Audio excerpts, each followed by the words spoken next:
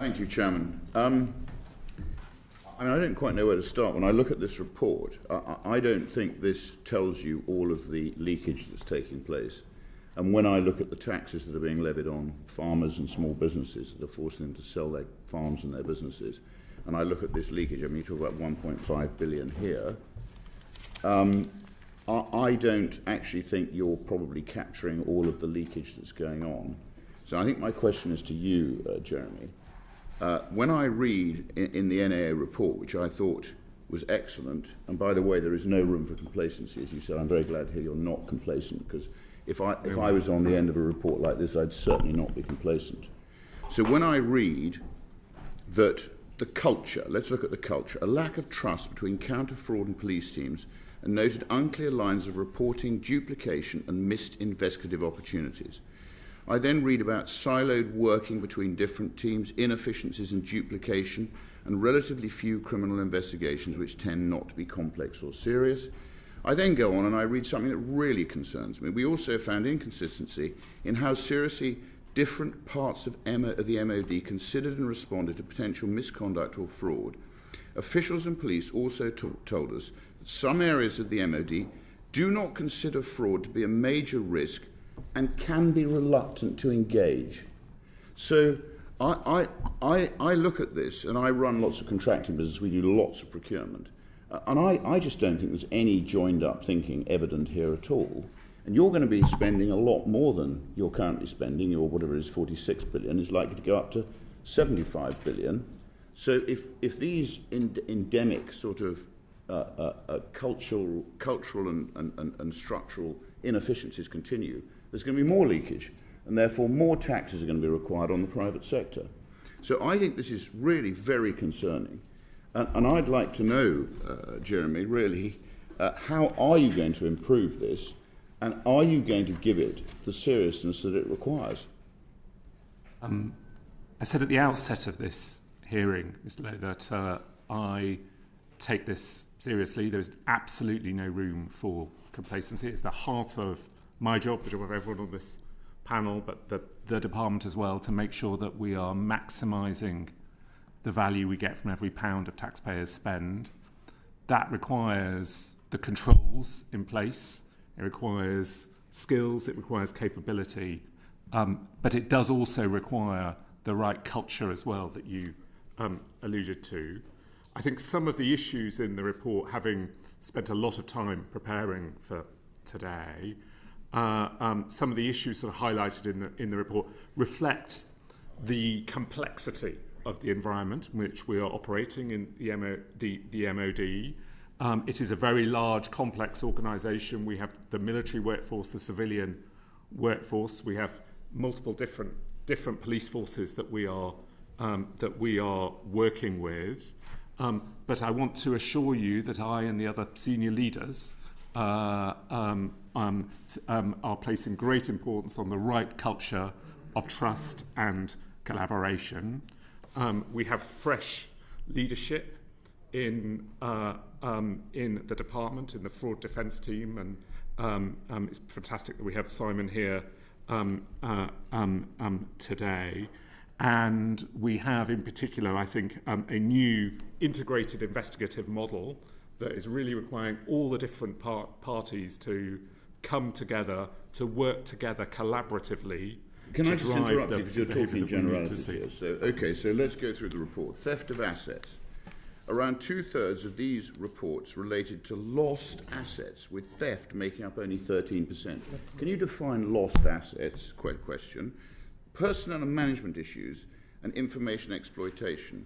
Failure to follow gifts and hospitality rules, abuse of flexible working time, and deceit and misrepresentation of financial advantage. Unlawfully obtaining and disclosing official documentation.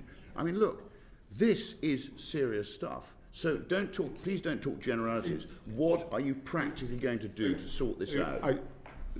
There is no disagreement. These aren't generalities. These are actual events. There is no disagreement between us on the seriousness and the importance of the issue. I will talk specifically about assets, and then I will talk about the wider strategy to deal with fraud, because there is actually a whole set of different issues that you are raising there. control of assets is very important in a department like the Ministry. So what is a lost, something lost? When you say lost assets, most of them are apparently lost. What does that mean? Does anyone get punished for losing an asset?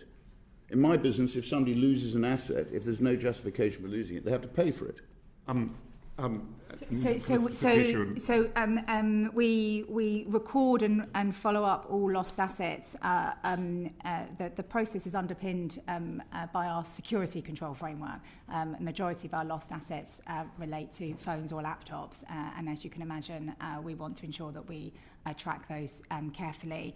The response will, as you rightly note, depend on the justification given. We will absolutely be alive to any patterns if we think they are occurring, but the majority are cases of misplacement of phones and laptops, but we will record the reason and where it happens. Well, you can have as many risk registers, as many processes, as many sort of analytical tools. In the end, you've got to send people to prison for being dishonest, and that's what you would do. I know we've got issues with the courts who don't punish people properly, but in the end, people have got to fear that when they break the law, when they're deceitful, when they steal, they go to prison. So I'm just going to go on and ask you a few more things. Because you talked about prescriptive or nominated procurement. You mentioned that. So in my businesses, we have an annual review or 6-month review of where all the spend goes. Biggest supplier first. We then review those. We then have a discussion with those suppliers. We ask them for rebates.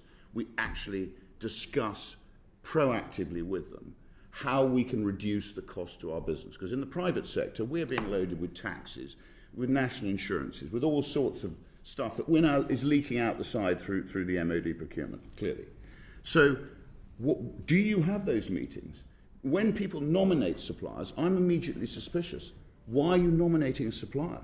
Is there some further dishonesty going on? Because you often don't need to necessarily, unless there's a really good reason, you don't need to nominate. Just so look, there's loads of stuff that we need to be doing here. Should we just let them answer a little bit and then you can come back? Yeah, but we don't want to talk generalities, Geoffrey. We want I'll just give one specific and then hand over to Jim to talk about oversight of suppliers. One specific is the department is now using the new powers available to us in the Procurement Act 2023 to require suppliers to disclose conflicts of interest that they have a new duty on to ensure that we are bearing down on exactly those issues that you have raised. And just another thing I'll just say in the hand of Jim is obviously preparing for the hearing. I've spent a lot of time with the teams and our lawyers asking about what's actually happening in the department to try and get that understanding.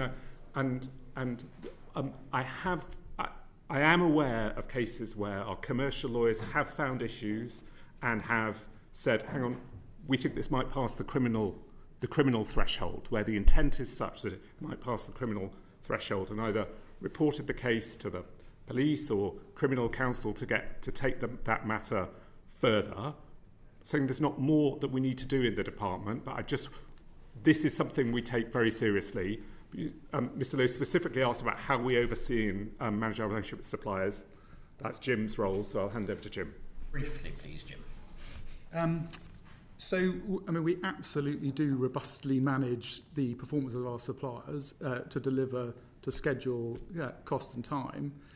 We also, though, specifically pick up on this point around how they are managing fraud through reviews with them.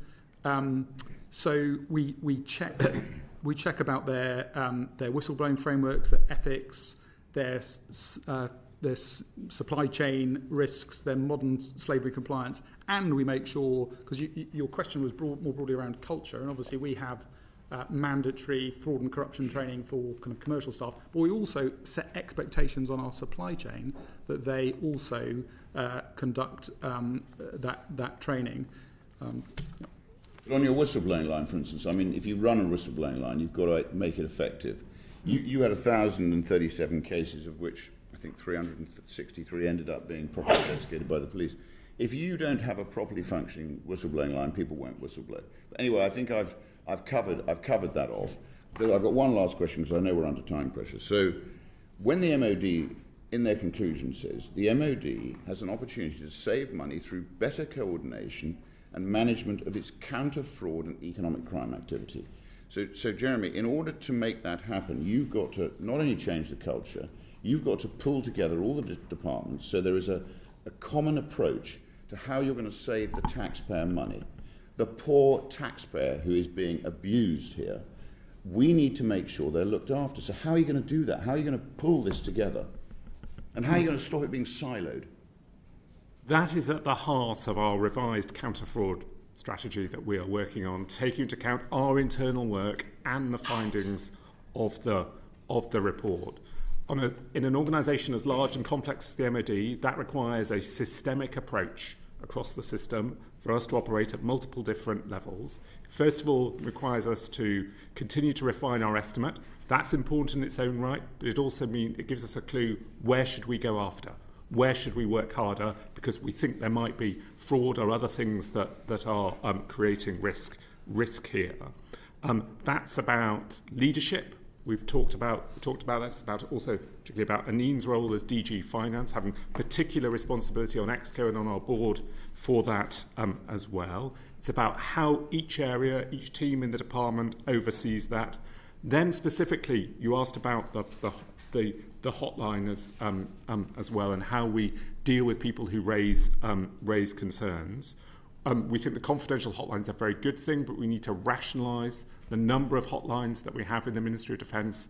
Very large, complex. Some of the hotlines do different things. It's not just about financial crime. We've also need people to report concerns about staff behaviour, just to give you another example as well. So we need to rationalise the number and the approach. We need that integrated investigative model that we've also talked about. There's more that we could say about that. We also need to look at our case management system as well. So this requires a systemic approach. Ultimately, it also does require leadership, it requires culture, and it requires, including in hearings like today, because this is also a way for this hearing will be seen by many people in the Ministry of Defence. It also requires me to be saying today, this matters. This is something that all leaders in my department should be taking seriously. So well, just on that, perhaps you should start by getting your counter-fraud and the police teams to actually trust and work together. And that's your cultural problem. If people don't work together, nothing happens.